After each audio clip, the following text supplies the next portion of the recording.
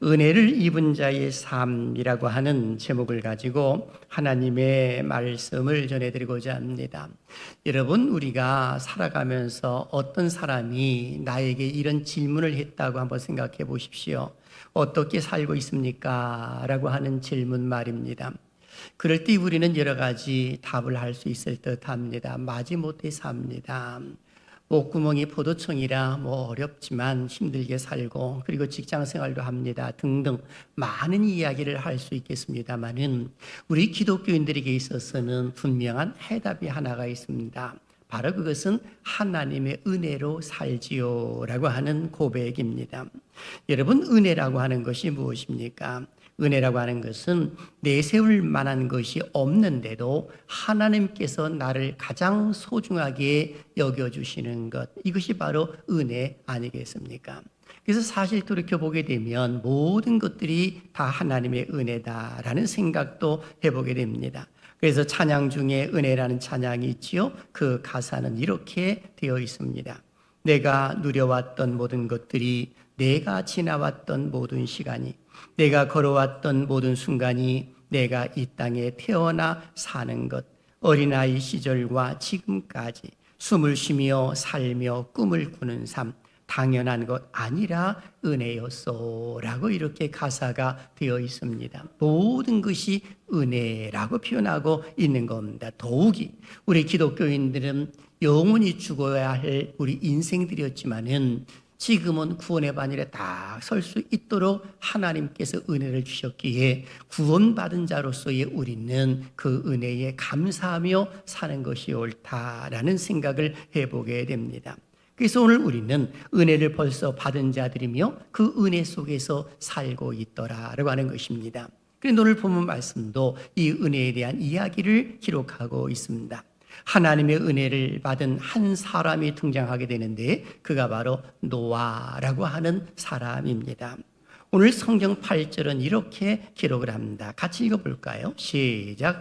그러나 노아는 여호와께 은혜를 입었더라. 아멘. 여기서 보니까 이 그러나라는 표현을 했거든요. 그러나 하면서 노아는 여호와께 은혜를 입었더라 라고 기록되어 있거든요. 그렇다면 이 은혜를 입었다라고 하는 말의 의미는 하나님의 심판의 대상에서 제외되었다, 이렇게 표현하고 있는 것입니다. 그렇다면 하나님은 왜 심판을 내리시는데 노아는 제외해 놓았을까? 노아에게는 은혜를 주심으로 인하여 그 심판에서 제외됐다라고 말하고 있는 것인데, 바로 그 모습은 그러나 하는 표현 속에서 앞부분에 나와 있는 모든 내용들이거든요.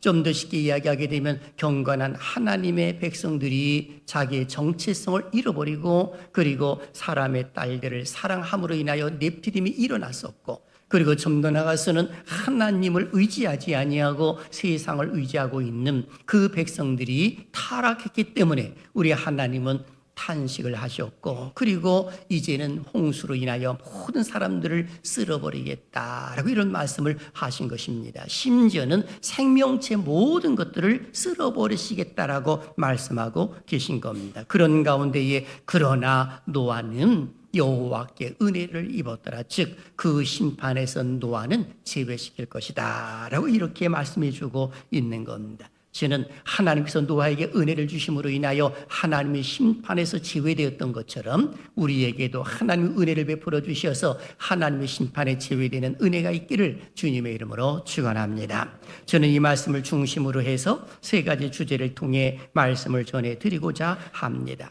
첫째, 하나님의 은혜를 입은 자의 모습은 어떠할까요? 그리고 둘째, 은혜를 받은 자가 알아야 할 것이 무엇일까요? 셋째, 우리의 남은 인생을 어떻게 살아야 하나님의 은혜를 계속해서 누리며 살아갈 수 있는가에 대해서 말씀을 전해드리고자 합니다. 사실 하나님의 은혜를 알지 못하면 다른 것에 관심을 갖게 됩니다. 어떤 경우에는 인본주의로 생각을 하고 나 중심으로서의 모든 것들을 판단해 내려고 합니다. 하나님의 은혜가 없기 때문에 그런 것이거든요. 그러다 보니까 내 인생의 앞길이 어떠할까라고 해서 점쟁이를 찾아가 보기도 하고, 그래서 그 점쟁이는 그 앞날이나 앞길을 전부 다가 이렇게 점을 쳐줍니다마는, 그러나 점쟁이가 점을 친다고 해서 다 맞습니까? 전혀 그렇지 않습니다. 만일에 점쟁이들이 점을 쳐서 맞춘다고 한다면 아마 모르긴 해도 그들은 다 벼락부자가 되어 있을 것입니다. 로또를 사서 맞추기 때문에 그런 것 아니겠습니까? 하지만 하나님께서는 내일 일을 알지 못하도록 다 막아 놓으신 것이거든요.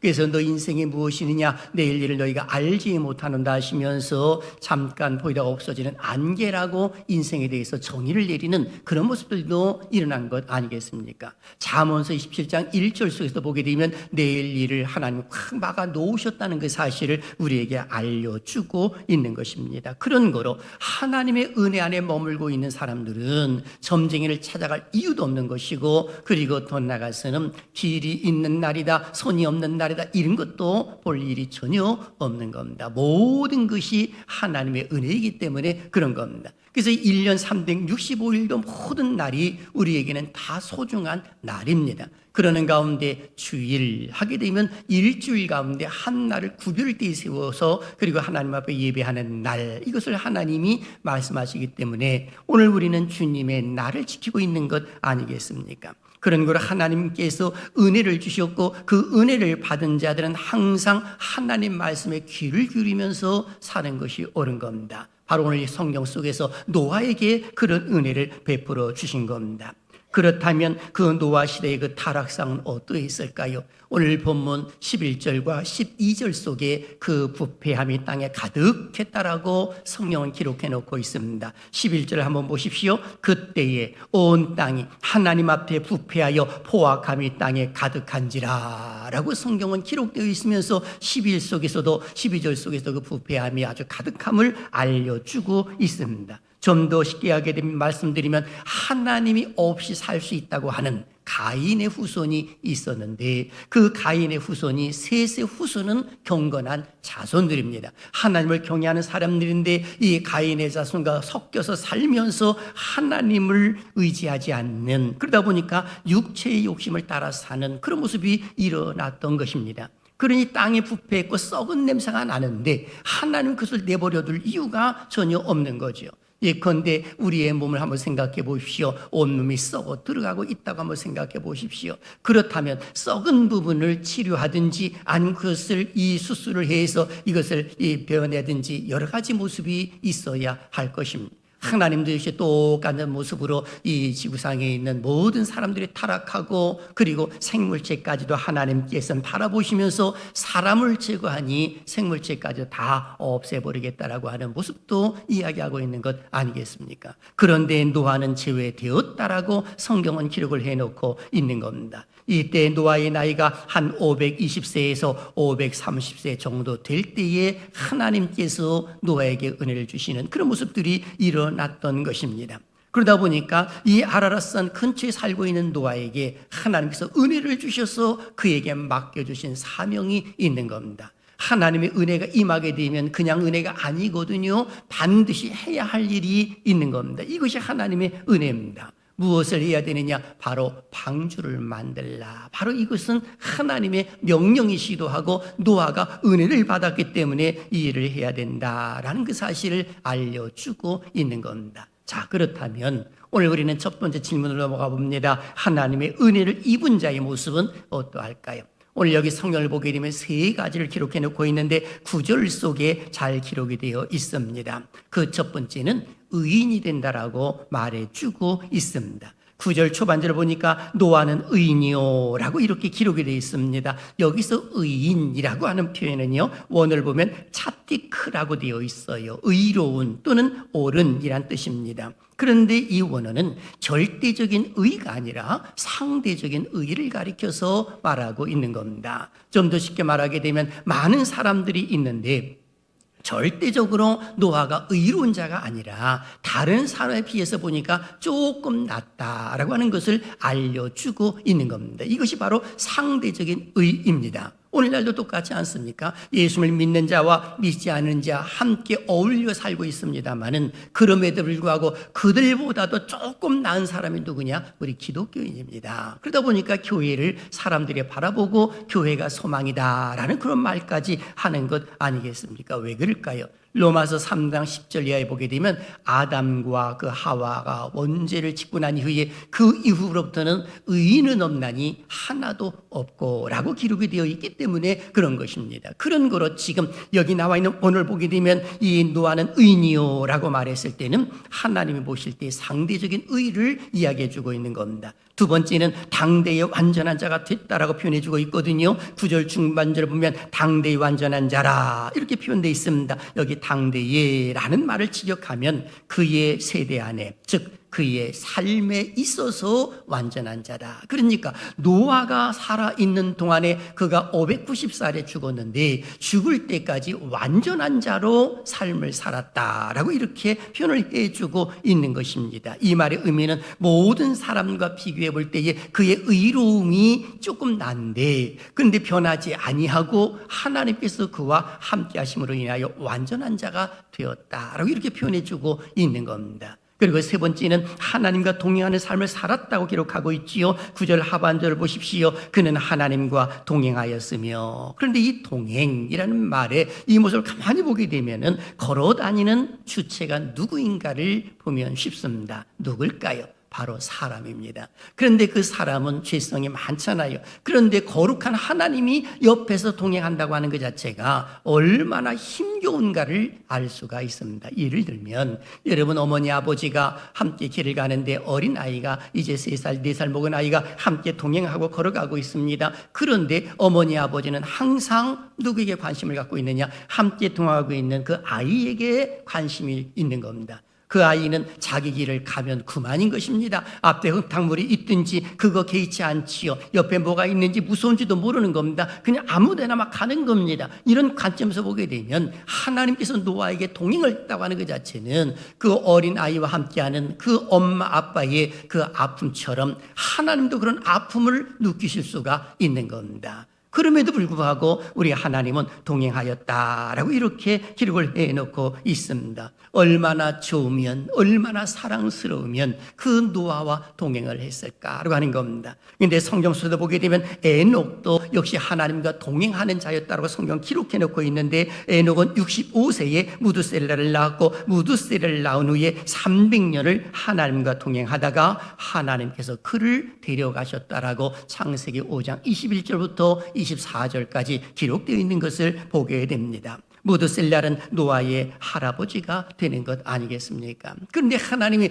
동행하심으로 인하여 너무너무 좋아가지고 그를 죽음에 보지 아니하고 데려가셨다라고 표현해주고 있는 겁니다. 실제로 우리가 서로 사랑하고 사랑하는 관심을 갖게 되면 주머니에 넣고 싶다라는 그런 말도 하고 있지 않습니까? 바로 이것은 사랑의 증표라고도 표현할 수가 있는 겁니다. 그렇습니다. 하나님께서 노아에게 은혜를 베풀어 주시니 노아는 의인이 되었고 그 시대의 완전한 자로서의 삶을 살고 생명 다하는 그 순간까지 하나님과 동행하는 삶을 살았더라라고 이렇게 정의를 내릴 수가 있는 것입니다. 심지어는 하나님의 심판에서 제외되도록 하나님께서 그에게 은혜를 주셨다라고 말하고 있는 겁니다. 이런 관점에서 보게 되면 의로운 자와 그리고 악인들이 함께 어울려 살고 있는 그런 모습 가운데서도 하나님의 심판은 동일하게 임하는 것이 아니라 의로운 자를 끄집어내고 그리고 악인을 심판하신다는 그 사실을 우리는 잘 알고 있어야 하는 겁니다. 이런 예는 노아에게뿐만이 아니라 창세기 19장에 소돔 고모라 성을 멸망시킬 때에도 그대로 증거로 나타나 있습니다.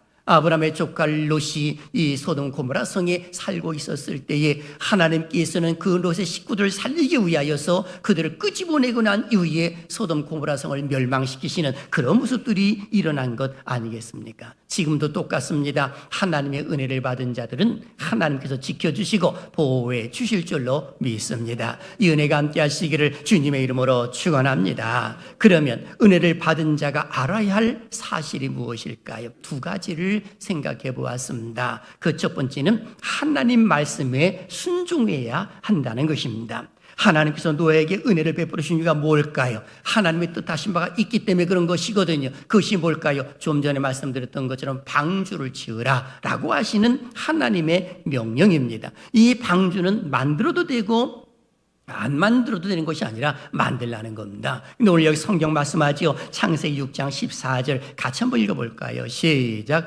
너는 고페르나무로 너를 위하여 방주를 만들되 그 안에 간들을 막고 역청을 안팎에 칠하라. 아멘. 여기 보게 되면 너는 고페르나무로 라고 기록이 되어 있습니다. 이 고페르나무가 성경에는 이 한 구절에 나오거든요. 그럼 고페르나무가 뭐냐 했을 때 학자들에 의하게 되면 송진이 많은 삼나무나 아니면 잣나무일 것이다 라고 이렇게 표현을 합니다. 어찌됐든 고페르나무가 무슨 나무인지는 모르지만 고페르나무로 바로 무엇을 만드느냐? 방주를 만들되 라고 기록하고 있습니다. 그런데 이 방주를 만들 때에 누구를 위하여 만드느냐라고 하는 것이 중요한 겁니다. 바로 너를 위하여 라고 표현하고 있거든요.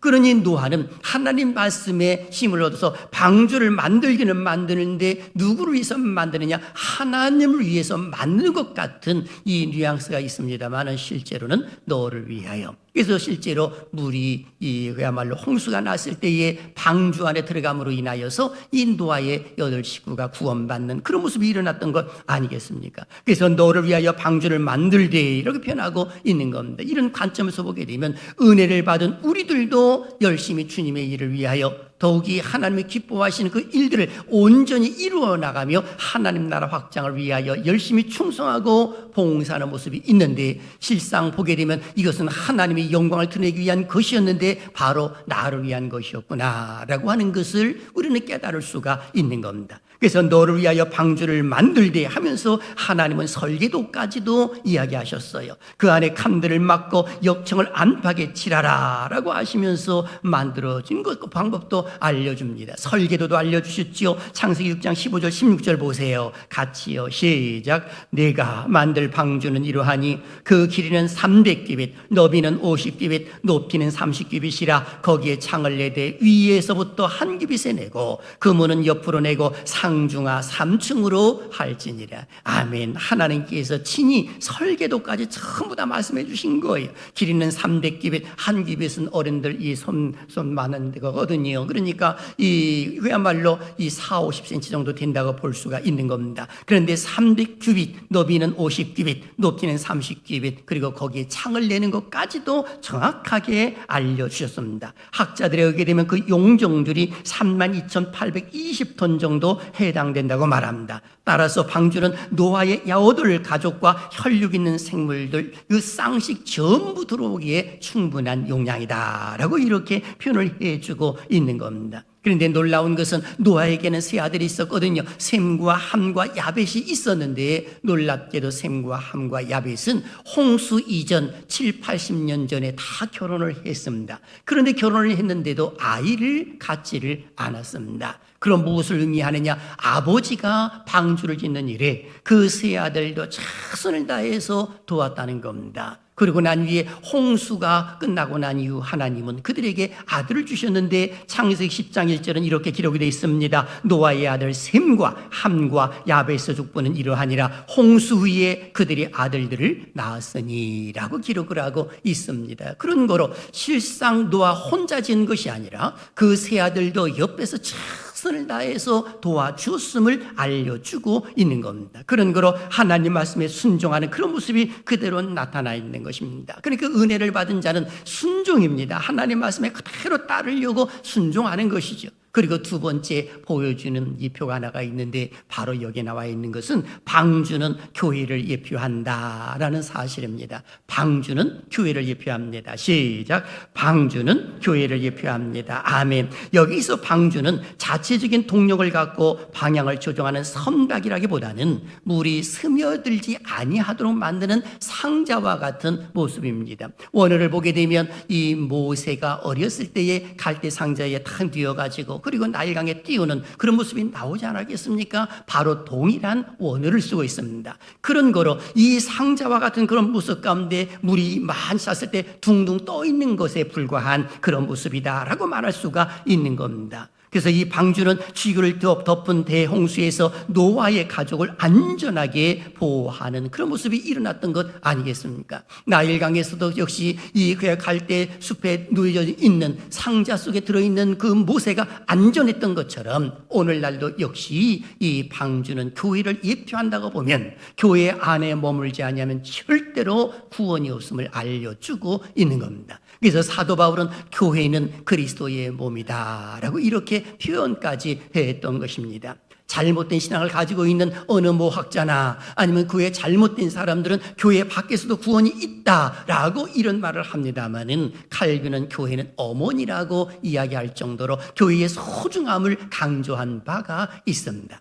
그런데 많은 잘못된 사람들은 교회 밖의 구원을 이야기합니다. 바로 이것은 포스트 모더니즘 시대의 이 하나의 모습으로 다가오기 때문에 그런 겁니다. 교회 밖에 구원이 있다고 하면은 바로 다른 종파에도 구원이 있다고 하는 것을 인정할 수밖에 없는 그런 모습 아니겠습니까? 그런 거로 교회는 그리스도의 몸이기 때문에 예수님은 내 집은 만민이 기도하는 집이라고 말씀하는 그런 모습이 일어났던 것입니다. 저는 사랑하시는 여러분들 모두가 다 생명 다하는 그 순간까지 예수 그리스도를 잘 믿는 믿음의 신앙을 가지시기를 주님의 이름으로 축원합니다. 다른 이름 가지고 구원이 없는 거예요. 그래서 사도행전 4장 10절에 이런 말씀을 하는 겁니다. 다 같이요. 시작. 다른 이로서는 구원을 받을 수 없나니 천하 사람 중에 구원을 받을 만한 다른 이름을 우리에게 주신 일이 없음이라 하였더라. 아멘. 그렇습니다. 우리 하나님께서 교회를 다 세워주신 것 아니겠습니까? 그런 거로 은혜를 받은 자가 알아야 할 사실은 하나님 말씀에 순종해야 하는 것이며,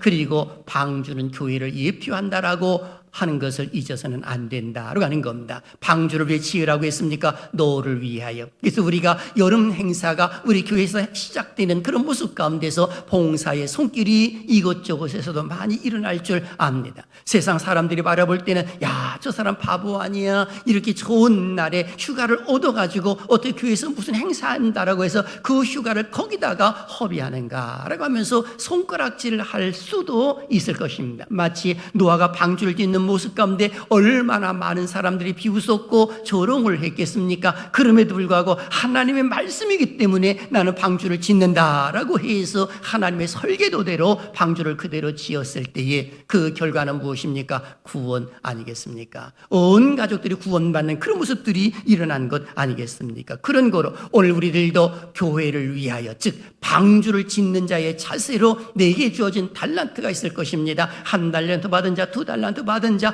5달란트 받은 자가 있을 것인데, 내게 주어진 그 달란트를 잘 활용을 해서 방주를 짓는 자세로 하나님을 위하는 것으로 우리가 봉사를 하게 되면 실상은 나를 위하여 짓고 있다고 하는 것인데, 우리는 그것을 망각할 때가 있습니다. 우리가 봉사하는 그 자체는 바로 내가 천국에 가서 주시는 그 상급을 받을 수 있는 길이다라고 이렇게 볼 수가 있는 것입니다. 이 은혜를 가슴에 담고 또한 여름 행사 잘 진행하고 또한 여름도 잘 극복하시기를 주님의 이름으로 축원합니다. 그런 거로 우리의 자세, 우리의 결단, 이 두 가지를 말씀해 드립니다. 첫째, 주님 앞에 섰을 때를 생각하며 살자라고 하는 것입니다. 여러분, 사람은 이 세상에 살 때에 누구나가 다 한 길로 가게 되어 있어요. 그 길이 뭐예요? 죽음의 길이거든요. 삶을 살다가 다 죽는 겁니다. 노아도 역시 예외는 아닙니다. 노아도 의인이요 완전한 자요 하나님께서 그와 동행을 했습니다마는 그도 그의 나이 590세에 죽음을 맞는 그런 모습이 나오지 않았겠습니까? 창세기 9장 28절과 29절은 이렇게 기록을 합니다.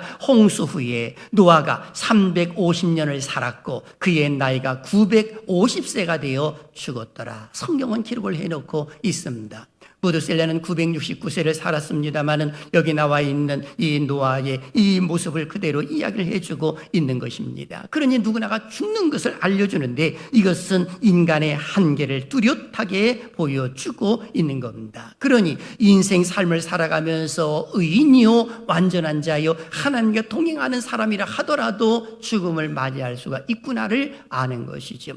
어디 그것뿐이에요. 노아는 하나님이 그렇게 사랑하심에도 불구하고 실수도 했습니다. 이것은 모든 사람이 의로운 자가 될 수 없다는 그 사실을 알려주는 겁니다. 우리가 잘 알고 있지 않습니까? 노아가 이 포도 농사를 짓고 그리고 포도주를 마시고 그리고 부끄러운 이 모습을 보였잖아요. 그때 셈과 함과 야벳 세 아들이 그걸 봅니다. 함은 아버지의 부끄러운 모습을 조롱을 하는 모습이 있었습니다마는 셈과 야벳은 그것을 보지 않냐고 아버지의 부끄러운 모습을 다 가려주었을 때에 이 노아가 깨어나가지고 함을 저주하는 그런 실수를 범하게 됩니다. 자기 자신을 실수함으로 인하여 함에게 잘못된 모습으로 또 이야기해 줌으로 인하여 그대로 하나님께서 그에게 심판을 내리시는 그런 모습이 있었던 것 아니겠습니까? 중요한 것은 우리가 잘 살다가 생명을 마감하는 것이 옳다라고 하는 겁니다. 그래서 히브리서 9장 17절 한 번 죽는 것은 사람에게 정해진 것이요 그 후에는 뭐가 있으리니? 심판이 있으리니. 바로 우리는 주님 앞에 섰을 때에 그 심판, 이 지옥에 가느냐 그 심판이 아니라 하나님이시는 그 멸류관 상에 대한 것을 하나님 판단하실 것이다 라고 말할 수가 있는 것입니다. 그러니 오늘 우리에게도 은혜를 베풀어 주셔서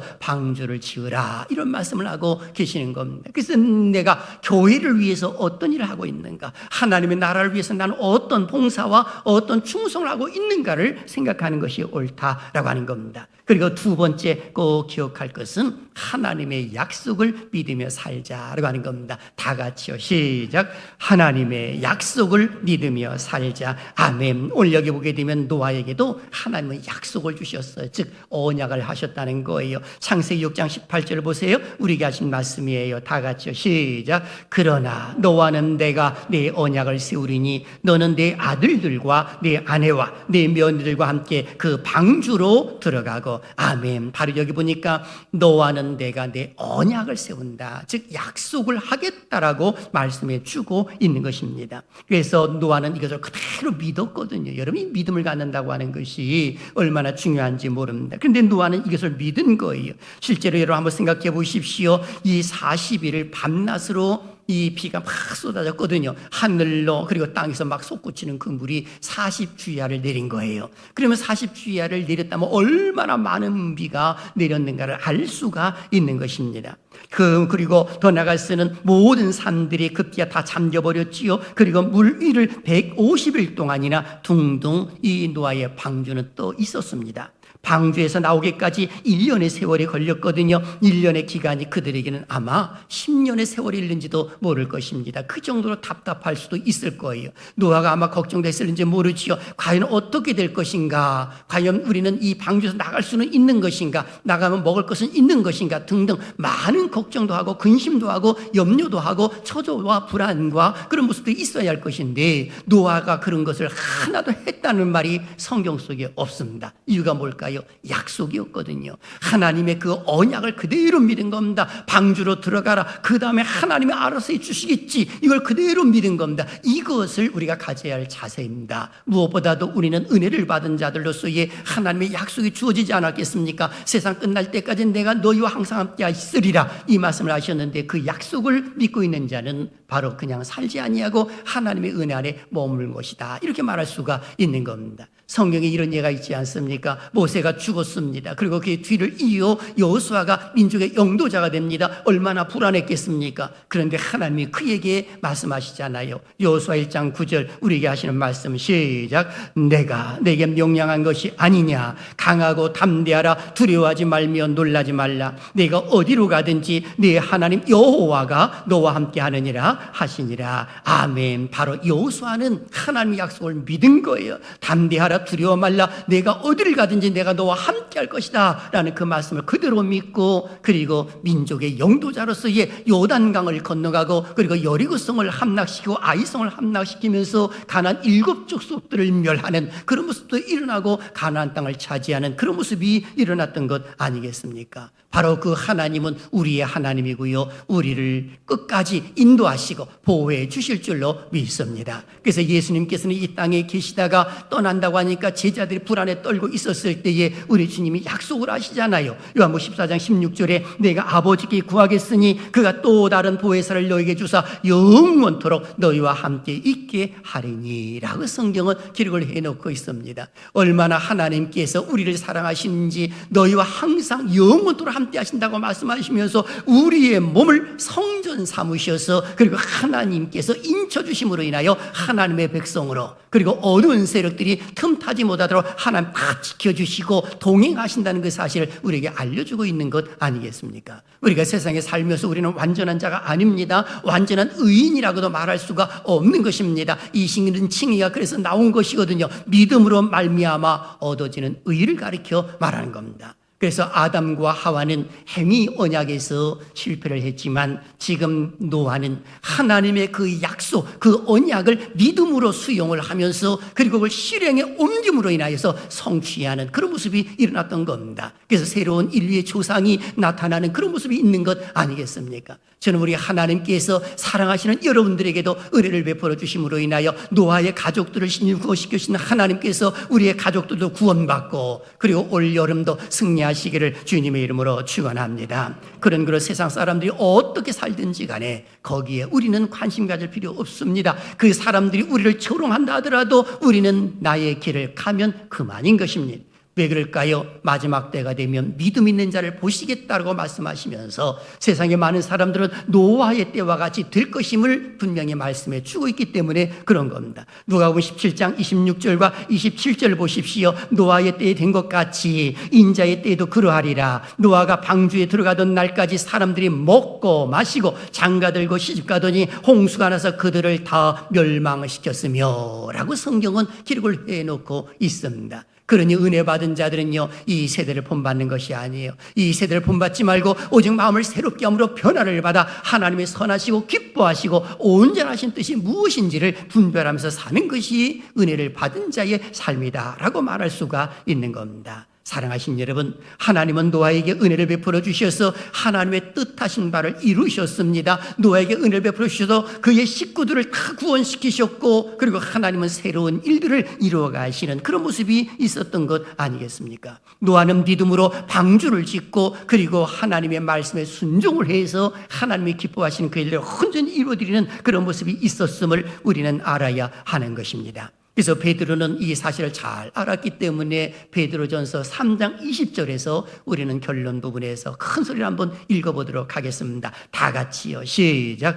그들은 전에 노아의 날 방주를 준비할 동안 하나님이 오래 참고 기다리실 때에 복종하지 아니하던 자들이라. 방주에서 물로 말미암아 구원을 얻은 자가 몇 명뿐이니 겨우 8명이라. 아멘. 이 말씀을 묵상을 하면서 말세가 되면 구원받을 자가 지극히 적겠구나라는 것을 생각해 보았습니다. 사랑하신 여러분, 생명다는 그 순간까지 은혜 받은 자로서의 삶을 살고 주님과 동행하다가 천국에서 안식 누리시기를 주님의 이름으로 축원합니다.